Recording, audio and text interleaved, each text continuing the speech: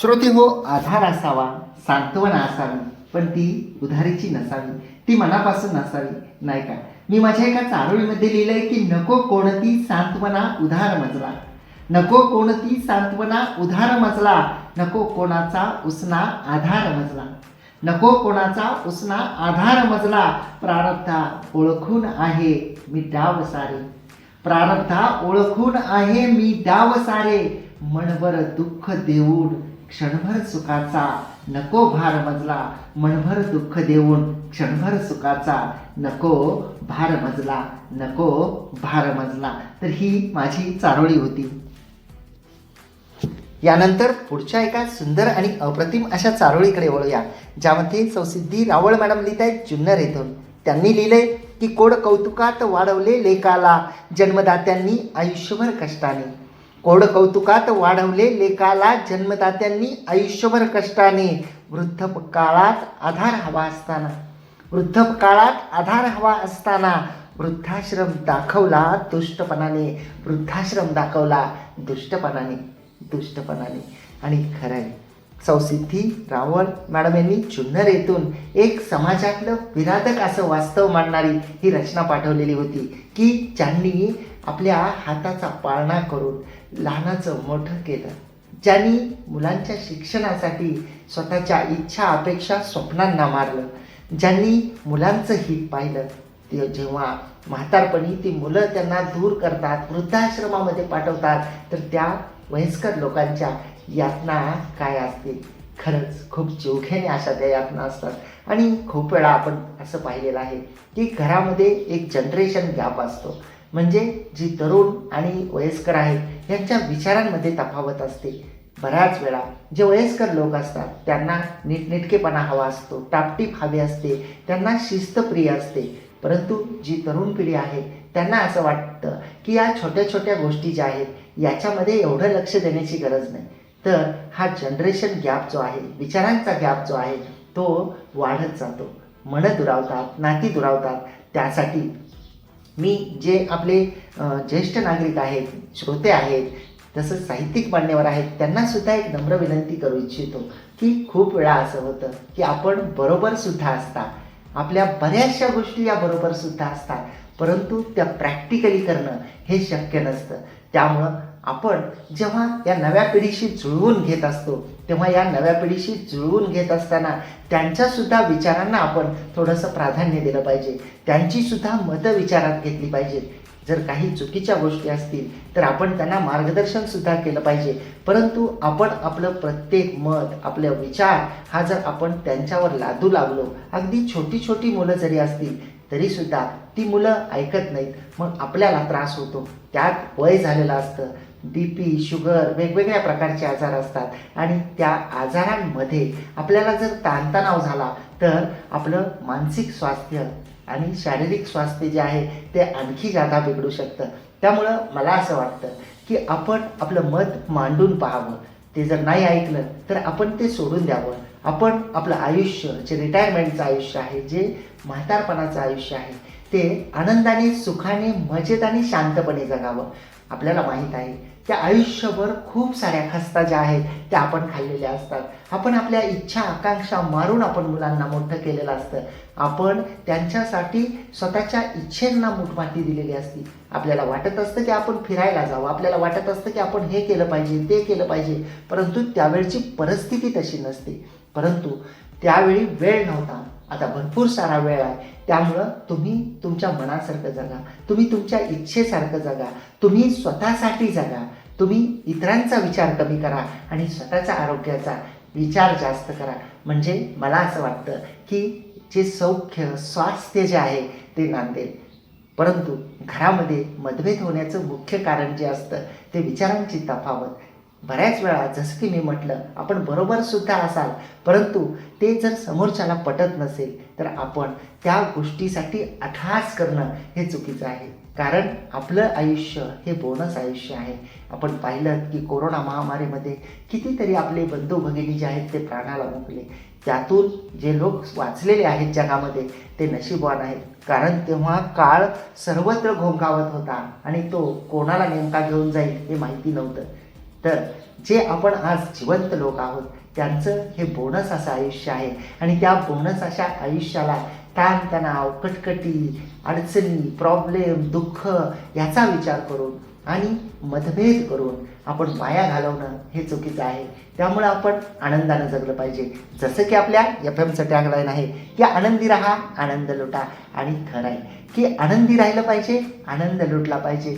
आनंदाचा आपला जो स्वभाव आहे त्या स्वभावामुळं आपलं जीवन, आपल्या सोबतच्या लोकांचं जे जीवन आहे ते सुद्धा सुंदर होऊन जाईल, नाही का?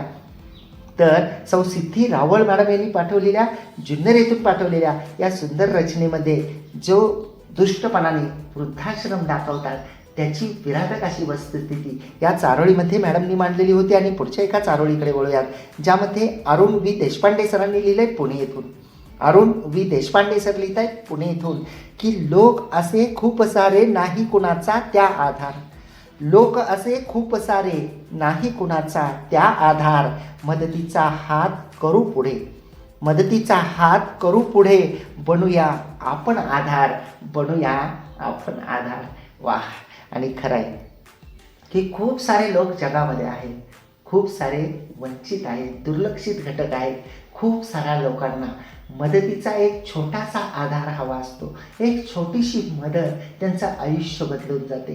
आपण सोशल मीडियावर सुद्धा पाहिलं असेल की जी मुलं रस्त्यावर भीक मागतात, जे लोक रस्त्यावर भीक मागतात, त्यांना काहीतरी साहित्य आणून दिलं जातं, ते विकायला सांगितलं जातं. त्या विक्रीच्या पैशातून त्यांचा व्यवसाय वाढतो आणि ते जे रस्त्यावर भीक मागत असतात ते लोक जे आहेत ते पुन्हा व्यावसायिक बनतात. अशा स्टोरीज ज्या आहेत त्या आपण सोशल मीडियावर पाहिलेल्या आहेत. म्हणजेच जसं की सरांनी म्हटलेलं आहे की खूप सारे लोक आहेत ज्यांना आधार नाही आहे, तर आपण मदतीचा हात पुरं करून त्यांचा आधार बनूया आणि आपला खारीचा वाटा जो आहे तो त्यांचं जीवन बदलू शकेल. खूप सुंदर, अप्रतिम आणि सामाजिक संदेश देणारी अरुण व्ही देशपांडे सरांची पुणे येथून पाठवलेली ही रचना होती. आणि पुढच्या एका चारोळीमध्ये सौ मेहमुदा शेख मॅडम यांनी श्री क्षेत्र देहूगाव पुणे येथून लिहिलं आहे. मॅडम लिहित आहेत की द्या आधार मायबापा आहे पुण्य ते महान. द्या आधार मायबापा आहे पुण्य ते महान. जन्म आम्हा दिला पोटी याची ठेवा मनी जाण. जन्म आम्हा दिला पोटी याची ठेवा मनी जाण, याची ठेवा मनी जाण. वाह! तर आई वडिलांना आधार द्या आणि तेच पुण्याचं काम आहे, असं सुंदर असं शब्दांकन सौ मेहमुदा शेख मॅडम यांच्या श्री क्षेत्र देहूगाव पुणे येथून पाठवलेल्या रचनेमध्ये मॅडमनी लिहिलेलं होतं. आणि जसं मॅडमनी म्हटलं आहे की जन्म ज्यांच्यामुळे आहे तर त्यांना आपण त्यांच्या त्यागाची जी आहे ती आपण मनामध्ये जाणीव ठेवली पाहिजे. पुढच्या एका रचनेकडे वळूयात, ज्यामध्ये विजयश्री मॅडम यांनी धुळे येथून लिहिलं आहे. विजयश्री मॅडम लिहित आहेत धुळे येथून, ती लता तरुवरी बहरते. ती लता तरुवरी बहरते, बहरते फुलते फळतेची. ती लता तरुवरी बहरते, बहरते फुलते फळतेची. फळात बीजे बहु पुन्हा, फळात बीजे बहु पुन्हा. पुन्हा बहर तव आधारेची, पुन्हा बहर तव आधारेची, तव आधारेची. वाह! खरंच की लता तरुवरी जेव्हा बहरते, तरुवर लता जेव्हा बहरते तेव्हा ती फुलते आणि फळते सुद्धा. जेव्हा ती फळांमध्ये बीजे घेऊन पुन्हा बहरते तेव्हा निश्चितचपणे तो बहराचा आधार असतो. असं सुंदर असं शब्दांकन या अप्रतिम अशा चारोळीमध्ये होतं. आणि पुढच्या एका चारोळीकडे वळूयात आपण. विजयश्री मॅडम यांनी धुळे येथून पाठवलेल्या या रचनेनंतर पुढच्या एका रचनेकडे वळूयात, ज्यामध्ये रेखा विद्याधर टापरे मॅडम लिहित आहेत भोर पुणे येथून. रेखा विद्याधर टापरे मॅडम यांनी भोर पुणे येथून लिहिलंय की तुझविन मी राहू कशी सांगणारे सख्या. तुझविन मी राहू कशी सांगणारे सख्या. आधार ना कुणाचा घायाळ मी हरिणी. आधार ना कुणाचा घायाळ मी हरिणी, घायाळ मी हरिणी. वाह! तर एक आळवणी करणारी की तुझ्या विना मी कशी राहू आणि कोणाचा आधार नाही, मी घायाळ हरणी आहे, असं शब्दांकन जे आहे एक निस्सीम प्रेमाचे भाव व्यक्त करणारी मॅडमची ही अप्रतिम अशी रचना होती. आणि पुढच्या एका रचनेमध्ये उपेंद्र रोहनकर सर लिहित आहेत गडचिरोली येथून. उपेंद्र रोहनकर सरांनी गडचिरोली येथून लिहिलंय की मी वेल किती नाजूक आहे, गरज मला आधाराची. मी वेल किती नाजूक आहे, गरज मला आधाराची. करीन साथ मी आयुष्याची, करीन साथ मी आयुष्याची. मजकडे फुले ती सुगंधाची, मजकडे फुले ती सुगंधाची. क्या बात आहे. खरंच की मी एक नाजूक वेल आहे आणि मला आधाराची गरज आहे. जर मला आधार दिला तर मी आयुष्याची साथ करेन, कारण माझ्याकडे सुगंधाची फुले आहेत. खूप खूप गहिरे डीप असे भाव या चारच ओळीमध्ये सरांनी शब्दबद्ध केलेले होते उपेंद्र रोहनकर सरांनी गडचिरोली येथून. आणि खरं आहे ना की अनेक लोकांकडं सुगंध असतो, त्यांना आधाराची गरज असते. आणि जे लोक त्या सुगंधांना, त्या सुगंधित व्यक्तींना आधार देतात, तर त्यांचं, त्या आधार देणाऱ्या व्यक्तीचं सुद्धा जे आयुष्य आहे ते अगदी सुगंधित होऊन जातं. जीवनामध्ये अनेक लोक असे येतात की तुम्ही त्यांच्यासाठी एक गोष्ट केली तर ते शेकडो गोष्टी करतात. तुम्ही त्यांना एकदा प्रेमाने बोललं तर ते त्याची जाणीव आयुष्यभर ठेवतात. तुम्ही कुणाच्या मदतीला एकदा गेलात तर ते लोक तुमच्या आयुष्यभर मदतीला येतात, कारण त्यांना उपकाराची जाणीव असते, त्यांना कृतज्ञता असते, त्यांना साथ हवी असते, त्यांना सोबत हवे असते. कारण त्या काळामध्ये इतर कोणी नसतं, ती जागा रिकामी असते जी तुम्ही भरून काढलेली असते. त्यामुळं ते तुम्हाला कधीही विसरत नाहीत. म्हणून व्हायचं असेल तर कोणाचा तरी आधार व्हा, व्हायचं असेल तर कोणाचा तरी धीर देणारा म्हणून एक आयडियल व्यक्ती व्हायला पाहिजे, असं मला वाटतं. खूप अप्रतिम शब्दांकन सरांच्या या रचनेमध्ये होतं. आणि पुढच्या एका चारोळीकडे आपण वळूयात, ज्यामध्ये वर्षा कुलकर्णी खोपकर मॅडम लिहित आहेत मालाड पूर्व मुंबई येथून. वर्षा कुलकर्णी खोपकर मॅडम यांनी मालाड पूर्व मुंबई येथून लिहिलंय की एकमेकांच्या साथीने सुरू केला आपण संसार, एकमेकांच्या साथीने सुरू केला आपण संसार. दैवाच्या आघातांनी सुटला तुझा आधार, दैवाच्या आघातांनी सुटला तुझा आधार. साऱ्या घराला सावरीन मी, साऱ्या घराला सावरीन मी, मुळी न खचणार. साऱ्या घराला सावरीन मी, मुळी न खचणार. हिमतीने लढा देऊन मी स्वप्न करीन साकार, हिमतीने लढा देऊन मी स्वप्न करीन साकार, स्वप्न करीन साकार.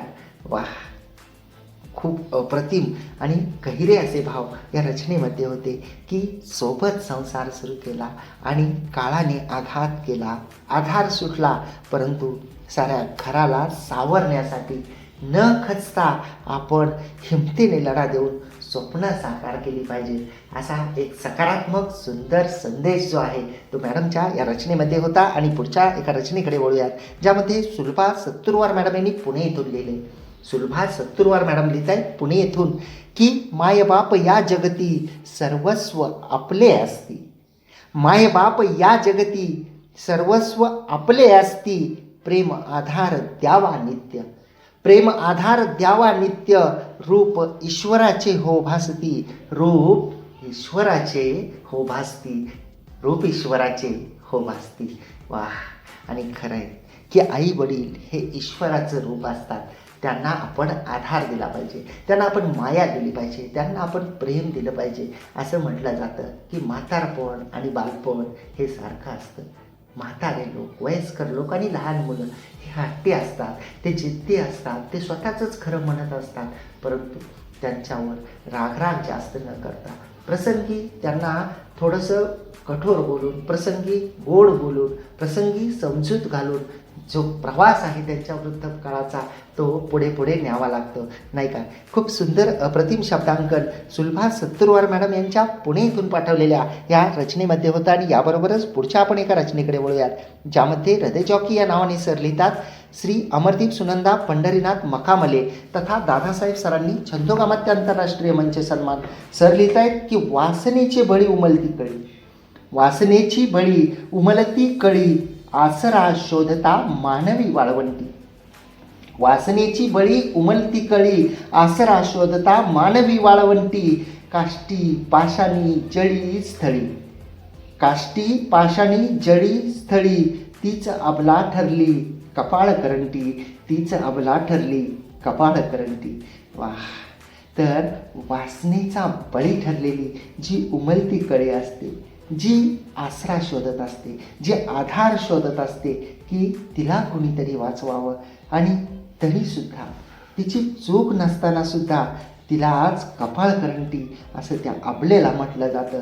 असं खूप अप्रतिम असं शब्दांकन श्री अमरदीप सुनंदराव पंढरीनाथ मखामले तथा दादासाहेब सरांच्या या अप्रतिम आणि सुंदर अशा चारोळीमध्ये होतं. आणि श्रोते हो, तुम्ही रेडिओ पुणेरी आवाज 107.8 FM ऐकत आहात आणि तुम्ही हा खेळ शब्दांचा या कविता व चारोळ्यांच्या शोमध्ये आहात.